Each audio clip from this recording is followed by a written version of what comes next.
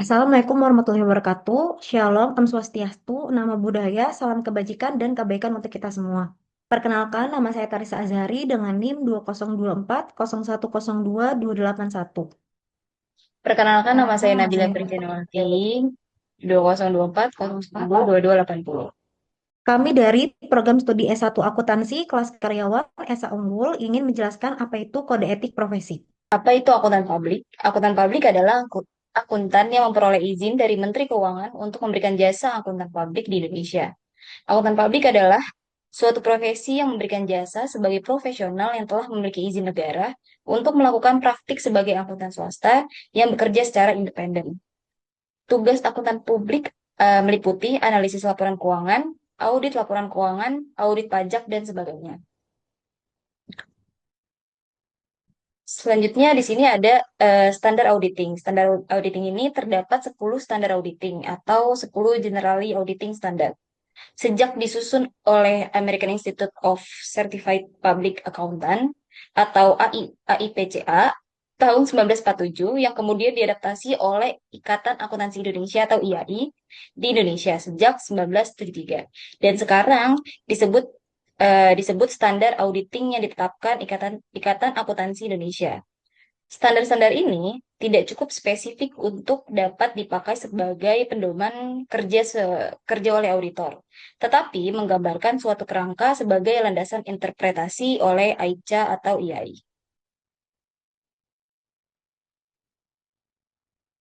Di sini juga terdapat penjelasan mengenai macam-macam standar auditing. Yang pertama ada standar umum, di mana yang pertama audit harus dilaksanakan oleh seorang atau lebih yang memiliki keahlian dan pelatihan teknis cukup sebagai auditor. Yang kedua, dalam semua hal yang berhubungan dengan penugasan, independensi dalam sikap mental harus dipertahankan oleh auditor.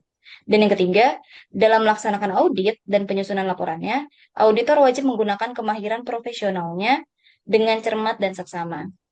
Yang kedua, di sini ada standar pekerjaan lapangan,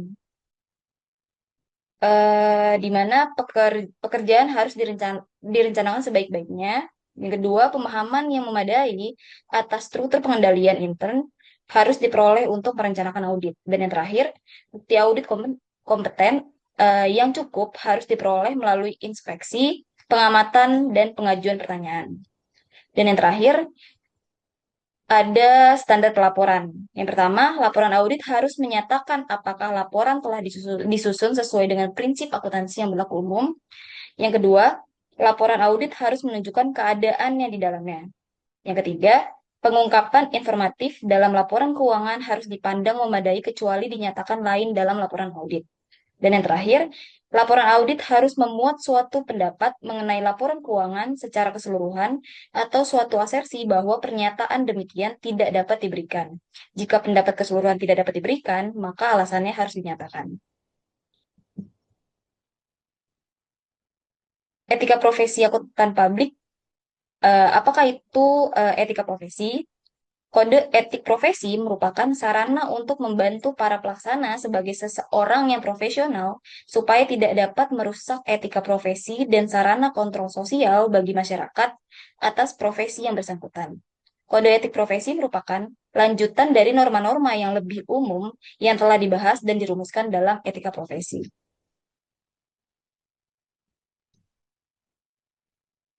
Dan di sini terdapat prinsip-prinsip etika profesi. Yang pertama ada prinsip tanggung jawab, di mana semua profesional wajib bertanggung jawab atas pekerjaan yang dilakukan. Hal ini pun meliputi hasil dari pekerjaan tersebut. Sebagai profesional, kamu juga harus siap bertanggung jawab terhadap dampak dari keputusan dan apapun yang dibuat dalam pekerjaan pada kehidupan orang lain dan juga masyarakat umum.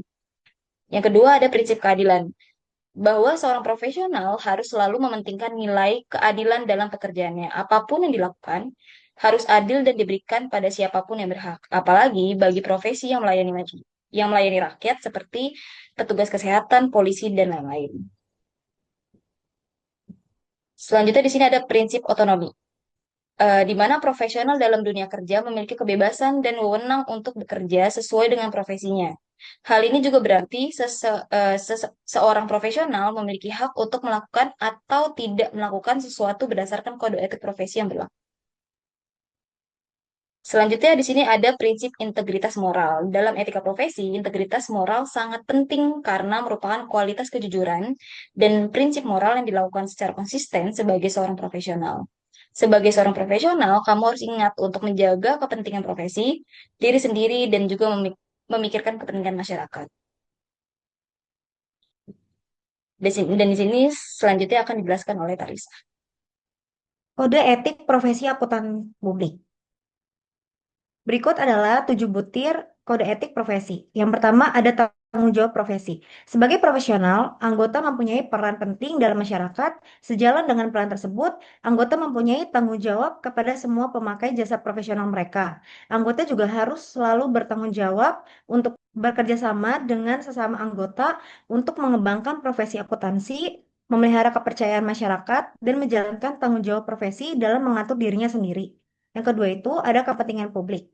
Kepentingan publik didefinisikan sebagai kepentingan masyarakat dan institusi yang dilayani anggota secara keseluruhan.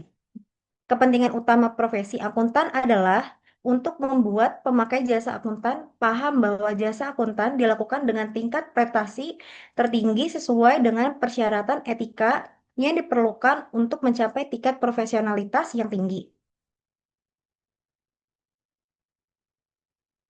Yang ketiga ada integritas. Integritas merupakan kualitas yang melandasi kepercayaan publik dan merupakan patokan bagi anggota dalam menguji keputusan yang diambilnya. Integritas mengharuskan seseorang anggota untuk antara lain bersikap jujur dan berterus terang tanpa harus mengorbankan hasil penerima jasa. Yang keempat ada objektivitas. Objektivitasnya adalah suatu kualitas yang memberikan nilai atas jasa yang diberikan anggota. Prinsip objektivitas mengharuskan anggota bersikap adil, tidak memihak, jujur secara intelektual, tidak berprasangka atau bias, serta bebas dari benturan kepentingan atau di bawah pengaruh pihak lain.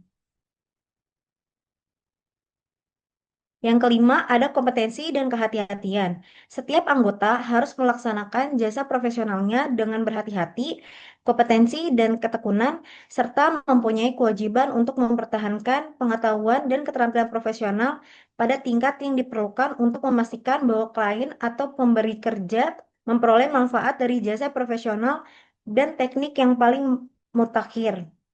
Kompetensi diperoleh melalui pendidikan dan pengalaman. Yang keenam, ada kerahasiaan. Setiap anggota harus menghormati kerahasiaan informasi yang diperoleh selama melakukan jasa profesional dan tidak boleh memakai atau mengungkapkan informasi tersebut tanpa persetujuan kecuali bila ada hak atau kewajiban profesional atau hukum untuk mengungkapkannya.